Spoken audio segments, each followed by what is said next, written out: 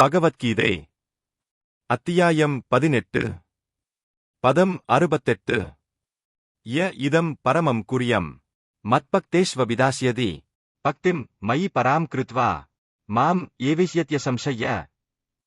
பொருள்: இந்த பரம இரகசியத்தை எனது பக்தர்களிடம் விளக்குபவனுக்கு தூய பக்தித் தொண்டு உறுதிப்படுத்தப்படுவதோடு அவன் இறுதியில் நிச்சயமாக என்னிடம் திரும்பி வருகின்றான்.